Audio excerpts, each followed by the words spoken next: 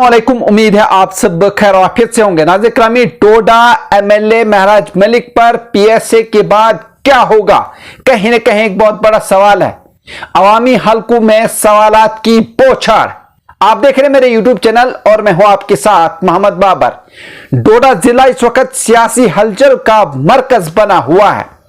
MLA महराज मलिक के खिलाफ दर्ज एफआईआर के बाद अब डिप्टी कमिश्नर डोडा की सिफारिश पर इन्हें पब्लिक सेफ्टी एक्ट यानी पीएसए 1978 के तहत हिरासत में ले लिया गया है।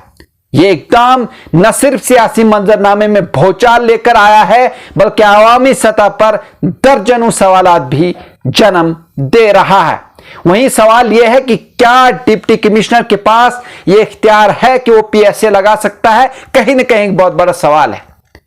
कानूनी माहिरीन के मुताबिक जम्मू कश्मीर में डिप्टी कमिश्नर या डिविजनल कमिश्नर को यह इख्तियार हासिल है कि वो अगर वो समझें कि किसी की सरगर्मियां अमन और अमान के लिए खतरा है तो वो पीएसए के तहत किसी भी शख्स को खवा वो अवामी नुमाइंदा ही क्यों ना हो हिरासत में ले सकते हैं। यही इख्तियार इस्तेमाल करते हुए डिप्टी कमिश्नर डोडा ने महराज मलिक पर पीएसए लगाया है। वहीं मैं आपको बता दूं, असेंबली स्पीकर का क्या रूल होगा, कहीं ना कहीं एक बहुत बड़ा सवाल है। असेंबली स्पीकर को सिर्फ इस फैसले की इत्ला दी जाती है। जी हां, मैं आपको बता दूं, जैसा कि इस बार किया गया, यानी असेंबली स्पीकर को डायरेक्ट खत भेजा गया डीसी डोडा की तरफ से और उन्हें यह कंफर्म करा दिया गया कि महराज मलिक पर पीएसए जो है वो लगा दिया गया है। मगर स्पीकर पीएसए को खत्म करने या रोकने का इख्तियार नहीं रखते। वो सिर्फ असेंबली के फ्लोर पर इस पर बहस करवाने या हुकूमत से वजाहत तलब करने का हुक्म दे सकते हैं। वहीं मैं आपको बता दूं, सरकारी मुलाजमीन ने जो डोडा में एहजाज किया वो एक संगीन मसला है। यानी सूरत हाल तब मजीद पेचीदा हुई जब डोडा के कई सरकारी मुलाजमीन ने ड्यूटी आवर्स के दौरान ही एमएलए के खिलाफ और डिप्टी कमिश्नर के हक में एहजाज किया।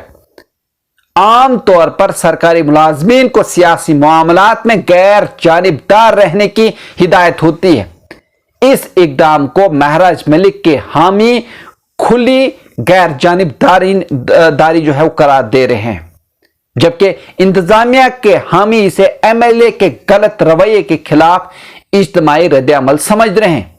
लेकिन अगर कानूनी तौर पर देखा जाए तो यह बिल्कुल एक गलती है तमाम उन मुलाजमीन के लिए जो ड्यूटी आवर्स के दौरान जो है वो एहजाज कर रहे थे। जी हां नाजरीन, मैं आपको बता दूं, अब मामला यह है कि कितने दिन महराज मलिक जो है वो हिरासत में रह सकते हैं। तो मैं आपको बता दूं कि पीएसए के तहत इब्तिदाई हिरासत जो है वो 3 माह की हो सकती है, जिसे हुकूमत 6 माह या 1 साल तक बढ़ा सकती है। वहीं मैं आपको बता दूं, अमन और अमान के मामलात में ज्यादा से ज्यादा मुद्दत 1 साल है, जबकि रियासत की सलामती के केसेस में यह 2 साल तक भी जा सकती है। ताहम अगर वकला हाईकोर्ट में हिब्स बेजा की पिटीशन जो है वो दायर करते हैं तो इम्कान है कि अदालत चंद हफ्तों या महीनों के अंदर रिहाई का हुक्म जो है वो दे सकती है। ऐसा ही कुछ जो है महराज मलिक के केस में जो है वो दिख रहा है, क्योंकि इस वक्त पूरा जम्मू कश्मीर इवन के पूरा हिंदुस्तान में जो है इसकी गूंज जो है वो सुनाई दे रही है और पूरी आवाम जो है वो मायूस है, क्योंकि एक पब्लिक रिप्रेजेंटेटिव को जो है वो हिरासत में ले लिया गया है।